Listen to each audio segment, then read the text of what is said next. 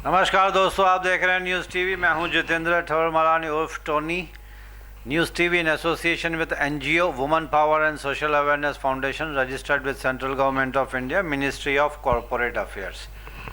दोस्तों, कोशिश तो यही रहती है कि जो पब्लिक इंटरेस्ट के जो मुद्दे हैं वो एनजीओ और न्यूज़ टीवी की तरफ से हम आपको इलेक्ट्रॉनिक मीडियम के थ्रू आप तक पहुंचाएं।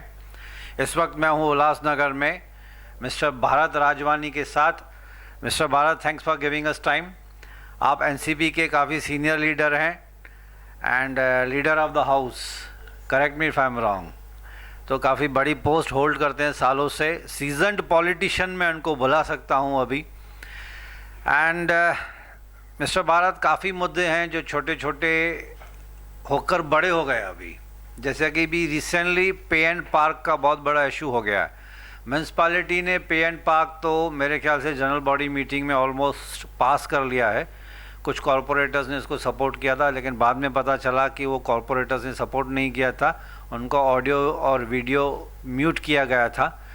बट जब सिंधु यूथ सर्कल में ट्रेडर एसोसिएशन मीट हुई थी, काफ़ी अच्छी यूनिटी दिखाई उन्होंने शॉपकीपर्स ट्रेडर एसोसिएशन प्रेसिडेंट्स ने। तो उसमें मेरे ख्याल से 43 या 45 कॉरपोरेटर्स ने साइन किया कि यस, इसको विड्रॉ करना चाहिए। कम्प्लीटली डाइल्यूट भी नहीं, कंप्लीट विड्रॉवल होना चाहिए, क्योंकि पब्लिक और शॉपकीपर्स परेशान थे कि पे एंड पार्क वहाँ पे होना चाहिए जहाँ पे इंफ्रास्ट्रक्चर अच्छा हो।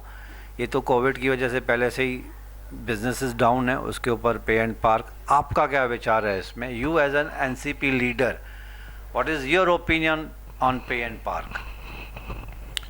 देखो, ये मुद्दे शहर के हित में थे और इससे आज अगर पे एंड पार्क बनता था और चालू होते थे तो इसके जो रेवेन्यू जनरेट होते थे वो शहर विकास के लिए काम में आते थे।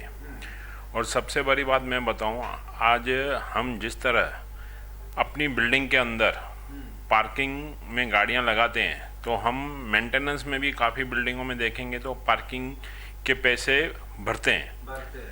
तो जिस तरह से हम अपनी बिल्डिंग को मेंटेन रखने के लिए, अपनी गाड़ियां पार्क करने के लिए हम लोग वही सोसाइटी के अंदर चार्जेस भरते हैं, ऐसा ही अगर कारपोरेशन में हम थोड़ा सा कोऑपरेट करते थे तो वो जो भी रेवेन्यू जनरेट होता था वो शहर विकास के लिए काम में आता था। क्योंकि कारपोरेशन की खुद की परिस्थिति इतनी स्ट्रांग नहीं है कि वो जो रेवेन्यू जनरेट होता है उससे अपने उल्लासनगर का डेवलपमेंट हो सके। तो ये फंडिंग किधर न किधर अपने शहर डेवलपमेंट करने के लिए काम में आती थी। और ये रही बात के व्यापारियों के अगेंस्ट में था, ऐसा कुछ भी नहीं था। आज मैक्सिमम व्यापारी उल्लासनगर से बाहर चले गए हैं और रहने को वो वहाँ पे रहते हैं और वोटिंग बिजनेस करने के लिए इधर आते हैं। और जो बाहर की जो पब्लिक यहाँ पे परचेसिंग करने को आती है वो पे एंड पार्क के लिए चार्जेस भरते थे। तो मैं समझता हूँ कि 25 से 30% भी यहाँ के लोकल व्यापारी उसमें इन्वॉल्व रहते थे।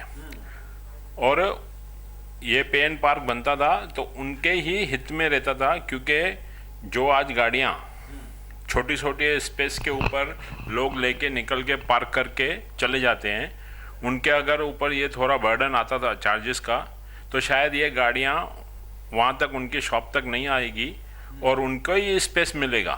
ये पन उनके हित के काम का था।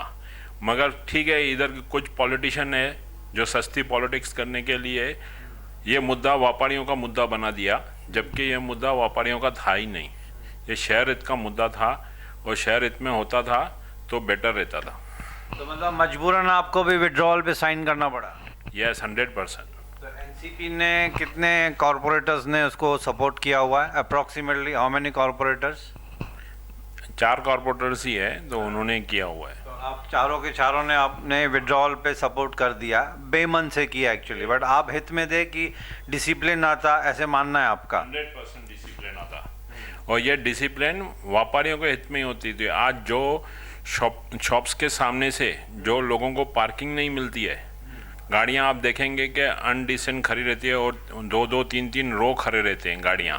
वो एक यूनिफॉर्म में आते थे और जो उनके पास कस्टमर्स आते हैं उनको भी आसानी होती थी और उनके शॉप्स के सामने उनको पार्किंग मिलेगी तो उनका बिजनेस बढ़ता था। हाँ, तो ये उनके ही फेवर का था, मगर कैसे गुमराह हो जाते हमारे उल्लासनगर। जैसे आज शुरू से लेके हमारे उल्लासनगर किसी न किसी पॉलिटिशियन में देखेंगे, हर इलेक्शन में कि कोई मुद्दा सामने आता है, उस मुद्दे के सामने वो बेबस हो जाते हैं और उनके पीछे चले जाते हैं। अगर वो खुद थोड़ा गहराई से सोचेंगे ना तो ये शहर हित में काफ़ी सारे बातें होती है और वो इनके ही फायदे की होती थी। तो चलिए दोस्तों, देखिए भारत राजवानी साहब का अलग ही व्यू है। काफ़ी पॉलिटिशियंस के जो हमने इंटरव्यू लिए, हर एक पॉलिटिकल पार्टी, हर एक लीडर का अलग अलग व्यू था। इनफैक्ट पार्टीज़ के अंदर भी कुछ कुछ लोगों के अलग अलग व्यूज़ हैं, पब्लिक का अलग व्यू है, शॉपकीपर्स के अलग व्यूज़ हैं, सबके अपने अपने व्यूज़ हैं। Now the situation is wait and watch. Commissioner साहब इसको स्पेशल जनरल बॉडी मीटिंग बुला के अगर इसको रद्द करते हैं, डाइल्यूट करते हैं या डेफर करते हैं, इलेक्शन का टाइम है, अप्रैल मई में यूएमसी की इलेक्शन होने वाली है, हो सकता है रिस्क ना उठा के द मैटर में भी पोस्टपोन, जिसको technically we can call it defer. तो चलिए दोस्तों, इस मुद्दे पे एक छोटी सी ब्रेक लेता हूँ मैं। ब्रेक के बाद फिर एक नए सवाल के साथ भारत राजवानी के सामने फिर से मैं आपके सामने आ जाऊँगा, एक छोटी सी ब्रेक के बाद।